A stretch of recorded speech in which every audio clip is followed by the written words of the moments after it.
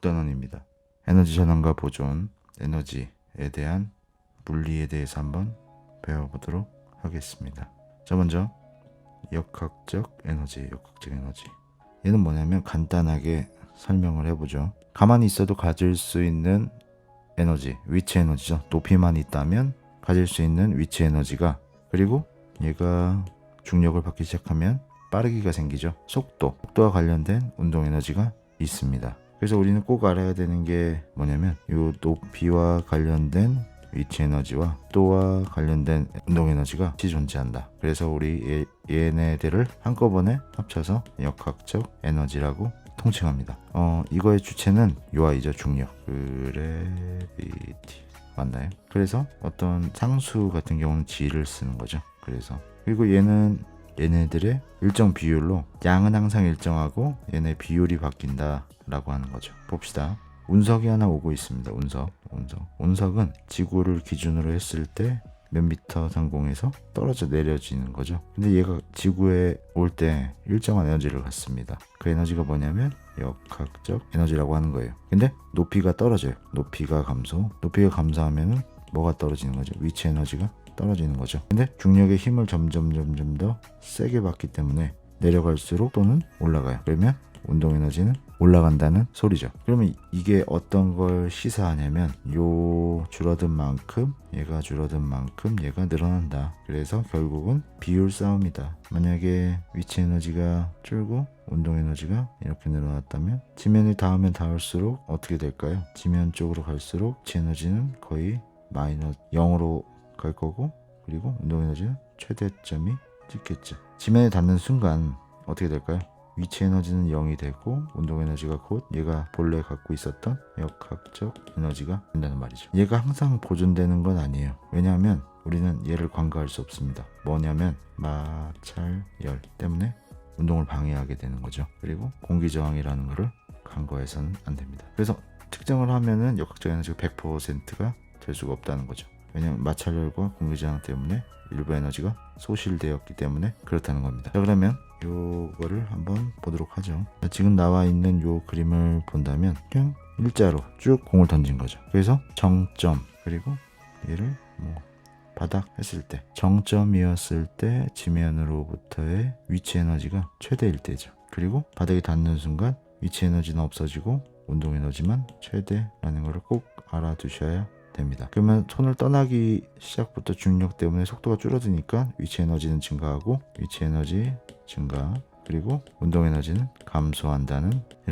이런 원리에 대해서 한번 잘 알아두셨으면 좋겠어요. 우리가 꼭 알아둬야 되는 거는 뭐냐? 총량은 일정하다. 자, 조건이죠. 단 공기저항 마찰 무시라는 거죠. 자, 그러면 두 번째 한번 보죠. 두 번째, 떨어질 때입니다. 떨어질 때는 이때가 위치 에너지가 최대 정점일 때 위치 에너지가 최대라는 거는 변함이 없습니다. 하지만 위치 에너지는 감소하고 속도가 증가함으로 운동 에너지가 최대가 되겠죠. 그래서 이걸 어떻게 구하냐? 위치 에너지와 운동 에너지에 대한 관계식은 이렇습니다. 얘를 다 더해서 나온 에너지가 얘네의 비율로 나눠서 먹어지는 거다. 그래서 mgh 질량 곱하기 중력 곱하기 높이와 2분의 1 질량 곱하기 속도의 제곱이라는 거죠. 요건 잘 알아두셨으면 좋겠다. 다음 역학적 에너지가 어떻게 보존되는지 한번 알아보도록 할게요.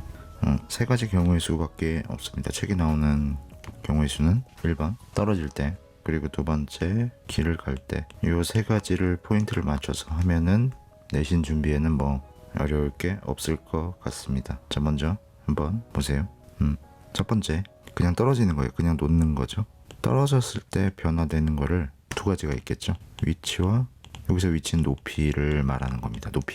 높이와 속도인데, 일단 속도는 떨어지니까 중력과 속도 때문에 증가하겠죠. 그리고 위치는 떨어지니까 높이가 내려가는 거겠죠. 자, 그러면 이걸 아시면 돼요. 높이가 떨어지니까 우리는 위치 에너지가 감소한다는 걸 알 수 있겠죠. 그죠? 속도가 증가하니까 운동 에너지가 증가한다는 걸 알 수가 있는 거죠. 자, 그래서 요 총합은 어떻다? 항상 일정하다.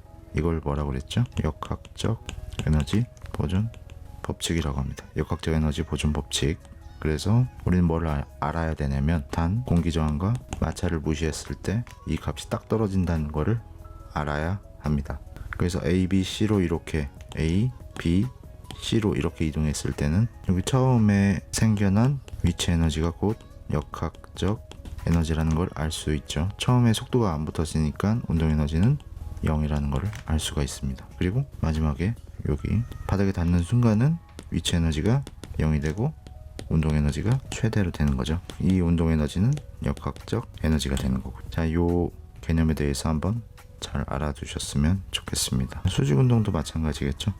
얘는 반대겠죠. 높이가 증가하고 처음 속도보다는 나중 속도가 떨어지니까 이거와 반대 개념으로 보면 될 것 같습니다. 높이가 점점 증가하니까 위치 에너지가 상승. 정점일 때 MJH는 역학적 에너지겠죠. 그리고 손을 떠나는 순간에 속도가 최대일 거니까 이때 운동 에너지가 역학적 에너지라는. 자, 문제 푸는 거는 요 다음 시간에 개념에 대해서 설명하고 하도록 하겠습니다. 자, 그 다음 운동에 대해서 한번 해봤고요. 그리고 왔다 갔다 하는 그 운동에 대해서 한번 보도록 하죠. 요 AB 구간은 운동 에너지는 상승하고 위치 에너지는 하강하는 파트고요. 그리고 B에서 C 이렇게 얘는 위치 에너지가 증가하고 운동 에너지는 감소하는 구간이고, C에서 D는 패턴이 뭐하고 똑같다? AB하고 패턴이 똑같다. AB의 패턴은 뭐죠? 위치 에너지가 감소하고 운동 에너지가 상승하는 거죠. 자, 이거는 뭘 의미하냐면 중요합니다. 위치 에너지가 감소한 만큼 운동 에너지가 상승, 증가한다. 그래서 결국은 합이 똑같다 라고 하는 거죠. 식에 대해서는 다음 시간에 하도록 하죠. 그 다음 진자 운동입니다. 이렇게 A에서 B까지 이렇게 가는 구간은 위치 에너지가 감소하고 운동 에너지가 증가하는 구간이죠. 그리고 B에서 C로 가는 구간 위치 에너지가 증가하고 운동 에너지가 감소하는 그런 양상을 갖습니다. 그래서 요것도 식으로 한번 하도록 하죠. 자, 이제부터 배우게 될 내용은 식에 대해서 한번 하고 이번 단위 끝난 다음에 계산식, 수식 한번 해보고요. 한번 개념 설명을 쭉 하도록 하죠. 먼저 우리는 자기력에 대해서 배우고 있습니다. 자기력은 일단 역학적 에너지 보존 법칙에 관련된 운동 상황에 관련된 세 가지에 대해서 설명하고자 첫 번째 자유낙하입니다. 자유낙하는 높은 곳에서 떨어지기 때문에 운동 에너지가 감소하고 중력과 속도 때문에 속도가 증가하면서 운동 에너지가 감소한 위치 에너지만큼 증가되는 그런 패턴의 운동입니다. 그러면 우리는 뭐를 할 거냐면요. 자, 이 상황에서의 역학적 에너지 보존 법칙에 대해서 한번 설명해 보도록 할게요. 자, 여기서 조건이 있어야 되겠죠. 조건 단 중력과 속도는 10m/s다. 이렇게 했을 때, 그리고 공기 저항과 마찰. 자, 두 가지를 조건으로 걸어야 되죠. 공기 저항으로 인한 속도 저하와 그리고 마찰열로 인한 에너지 손실을 무시해야지 이게 성립이 되는 겁니다. 먼저 얘가 갖고 있는 첫 번째 역학적 에너지는 얼만큼인가요? 자, 얘가 아직 떨어지기 직전이니까 얘는 최고 높이에서의 위치 에너지와 똑같을 겁니다. 그래서 5 곱하기 10 곱하기 10m니까 500줄 이렇게 나오겠죠. 얘는 항상 보존된다는 거를 잊으시면 안 됩니다. 그러면 바닥에 닿는 순간 속도는, 자, 이때는 운동 에너지가 최대 그리고 위치 에너지가 0일 때를 말하는 거죠. 그러면 역학적 에너지는 500줄로 항상 보존되니까 2분의 1 곱하기 5 곱하기 V의 제곱 이렇게 되는 거죠. 그래서 계산을 해보면 1000줄은 5V의 제곱이죠. 그래서 V는 210루트 2 이렇게 되는 거죠. 요게 닿는 순간, 바닥에 닿는 순간 속도라는 거죠. 왜 그런지 알겠죠? 자, 그 다음 두 번째입니다. 자, 요거는 어떻게 구하냐면 요거는 계산식으로 시험 문제가 나지 않고요. 역학적 에너지 보존을 이해하고 있냐 그 정도 선에서 하면 될 것 같습니다. 자, A, B, C라고 했을 때 구간별로 나누어 생각해 보는 게 좋을 것 같습니다. 자, A에서 B로 갈 때의 개념입니다. A는 위치 에너지 최대, B는 운동 에너지 최대, 다시 C는 위치 에너지라는 거죠. 그래서 A에서 B로 갈 때 속도 증가, 그리고 B에서 C로 갈 때 또 감소, 다시 C에서 B로 갈 때 속도 증가, 그리고 B에서 A로 갈 때 속도 감소. 자, 이런 거를 진자 운동이라고 하는 거죠. 자, 요 패턴을 알아두셨으면 좋겠습니다. 자, 또 하나 더. 진자 운동과 맥락이 똑같은 운동 상황입니다. 보시죠. A에서 B로 이렇게 갈 때 위치 에너지 감소, 그리고 속도가 늘어나니까 운동 에너지 증가. 그래서 B에서 C로 갈 때는 G 에너지 증가, 그리고 운동 에너지 속도가 언덕 올라가니까 운동 에너지가 감소. 다시 C에서 D로 갈 때 위치 에너지 증가, 그리고 감소죠. 위치 에너지 감소, 그리고 운동 에너지가 증가한다는 거죠. 자, 운동 상황을 봤을 때 얘들을 어떻게 판단할 수 있는가? 그게 역학적 에너지 보존 법칙에 관한 과학적 감각입니다. 센스죠. 자, 이거 잘 한번 봐주시길 바랍니다. 자, 어떻게 움직이냐 따라서. 그러면 이 파트는 여기서 마무리 짓도록 하겠습니다.